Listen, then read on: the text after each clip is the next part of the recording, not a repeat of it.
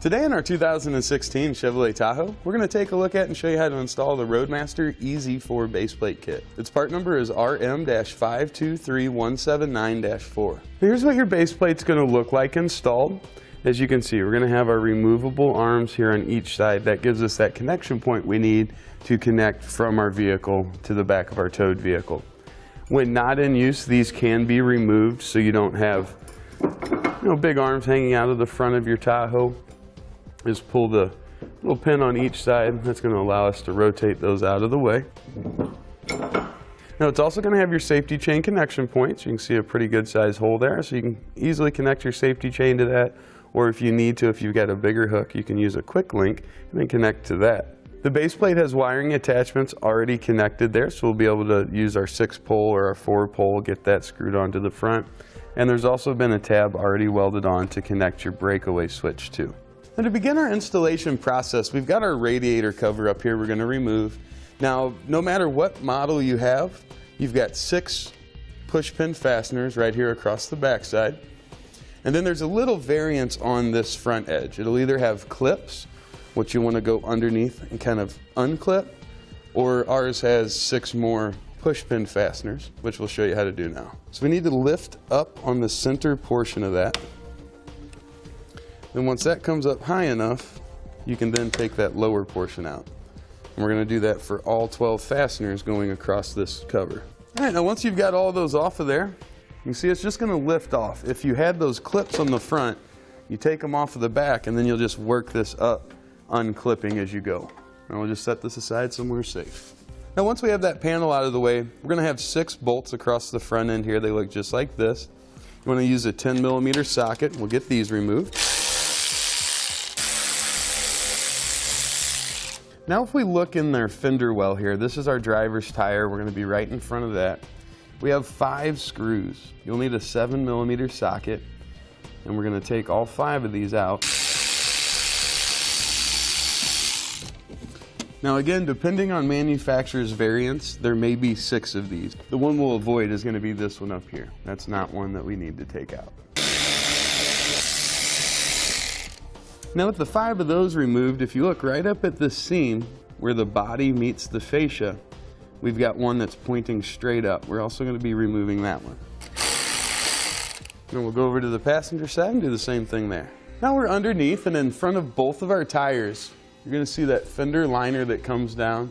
We've got 3 bolts, 1, 2, and 3 right here. Then there's 1 push fastener that we're going to remove. For the bolts, you'll need a 10mm socket. Then you can use a screwdriver or like a trim panel tool for this fastener. It's kind of a Christmas tree fastener, so you got to pull it out a little at a time. And we'll go to the driver's side and do the same thing. Now we'll start here in the center of the vehicle underneath. And if we go up just a little bit to the left and to the right, we're going to have one of these brackets that comes back. Got a single bolt holding it here, but we need to come around the edge.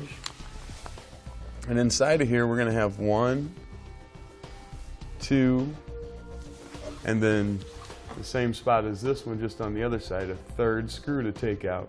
We need to do that on our passenger side and our driver's side. You'll want to use a 7mm socket for these and get them backed out.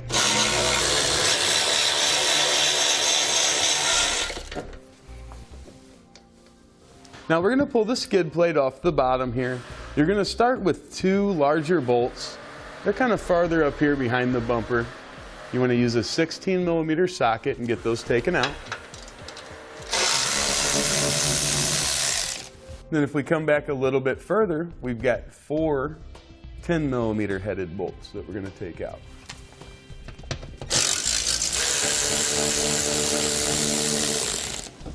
We'll just get that set aside. Now if we pull back our fender liner, this is where we took out that 7mm screw that ran straight up. We need to come just in on this edge a little bit. You're going to see a bracket here. Now on this bracket you'll have 1, 2, and 3 more of those little 7mm screws to remove. Now up here on the top of our fascia, we need to look just to the passenger side of our hood latch. We've got a plug that lays right up here. You're going to pull it up out of its little keeper there. pull this locking tab. So we're going to slide that out. Then we'll just press down on that tab. And we'll wiggle our plugs to get them separated here. Now starting on our driver's side here, you can see this is where we removed those 3 little 7mm screws. We want to come up from that. You're going to find a bolt here with a nut on it. We come left of there towards the outside of the vehicle. There's this little bracket that comes back. We're going to press up on the tab inside of that square and pull out on our fascia slightly to release that clip. Now head over to the passenger side and you'll want to release it there as well. Now we want to start at the edge where the steel body meets the fascia. Just going to start gently pulling out. You see how that releases our clips? Then we want to pull up here on our top edge.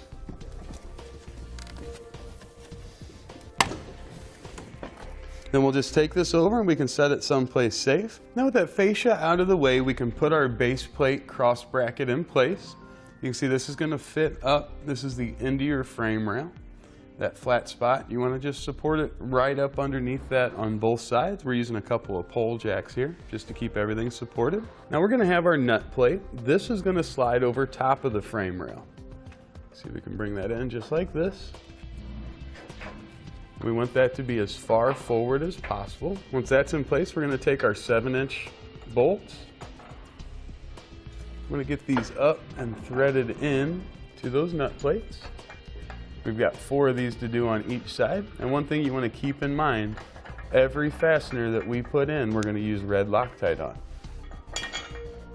We'll have 2 of these on the outside and 2 of these to go on the inside of the frame rail. All right, we've got all of our 8 of our bolts started here on our base plate. That's just going to allow it to hang loosely. Now we need to turn our attention to the cross member here. See this round cross member? It's got a oil line on it that we're going to pop out. And then also this wire loom above it. We can pop those clips out. Now in your kit, we have these 2 spacers. These we're going to place right behind those fasteners. It's going to buy us a little bit more space and allow our U-bolts that we'll use to hold these in place on. That'll give us a little bit larger gap. And we can use a couple of the supplied zip ties just to make sure that doesn't move around anywhere. Now we can bring our support brackets into place. One side's going to have an angle on it. One side's going to be flat. That flat side's going to match up with these 2 holes. So you want to bring your U-bolt around, just like that. The gusset portion, or that flat portion, needs to go towards the outside of the frame. Bring our U-bolt down through. You want to place a lock washer and a nut on each side. And remember, we need to add a little bit of Loctite to these 2.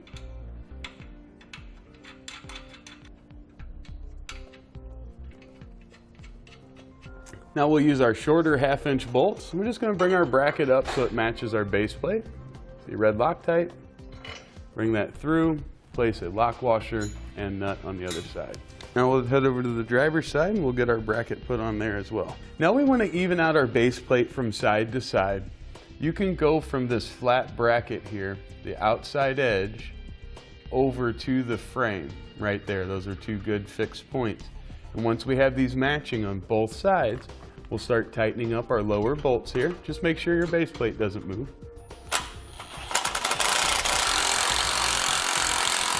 Now once we have these snugged down slightly, we're going to measure from the back side of the base plate here to the back side here. We want that to match on both sides. We can bring it out or in as we need to. Then we'll tighten down our 4 remaining bolts.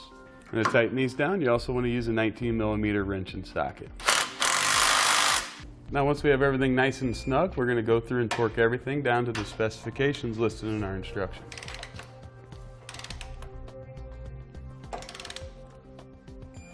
Now at this part in the installation, I like to take a break from putting the fascia back on, and it's time to get the components installed you're going to need for your flat toe setup. Most of the time that's going to involve some kind of wiring plug. Here you can see the 2 rods that are going to come out. Those are designed to accept a self-tapper. If you're going to be using a 4-pole round, they've included a little bracket you can put across there and some bolts to put them in. We're using the 6 round, so we'll be able to just self-tap that right to the arms as they come down. You're going to have your breakaway switch. That's common on just about any braking system out there. And there's been a tab welded on right there that allows us to attach that. That's going to keep the front of our breakaway switch and the front of our wiring pretty close together. Now with the help of an extra set of hands, we just want to mock our fascia up. That'll give us the opportunity to get in behind it and see what we're going to need to trim out. Now with that held in place, we're going to start noticing where the base plate is coming in contact with the back of our fascia. We can do the same thing here for our air fitting or any other attachments that you might have. We need to get an area cleared out. I'm going to try to start by just bringing the arms through the back of the fascia. And then of course we'll need a little hole for our wiring to come through. And we're just going to start trimming our fascia. We need to get our holes cut out here. And you might have to do this a couple times. You might have to make a cut, put it back up in place, make another cut.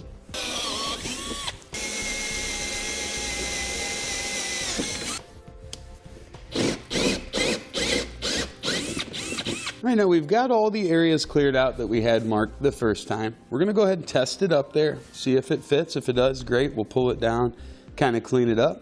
If not, we'll just continue to remove a little bit of material until we get everything situated where it'll slide through cleanly. Now the plastic pieces right up here in the corner, it's just going to depend when you pull this off. They might come with the fascia, they might stay on the car. Regardless, put them back up here in place. And put those 3 screws back in the back before you put your fascia up. It's just much easier to get to them. And that's going to be what the back corners of our fascia slide in right above, just right up here. And that'll help us get everything clicked in position properly.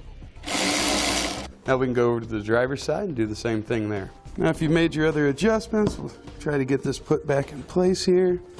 Now once we get each corner in place, we'll put that 7mm screw here in the corner. That'll bring that gap together for us. Now on each side, we'll go through and replace the 5 screws in our wheel well. It's going to complete our installation of the Roadmaster EZ4 baseplate kit. Its part number is RM-523179-4 on our 2016 Chevrolet. Thanks for watching. Click the link in our description below to shop, learn more, or visit us at etrailer.com. And leave us a comment if you have any questions.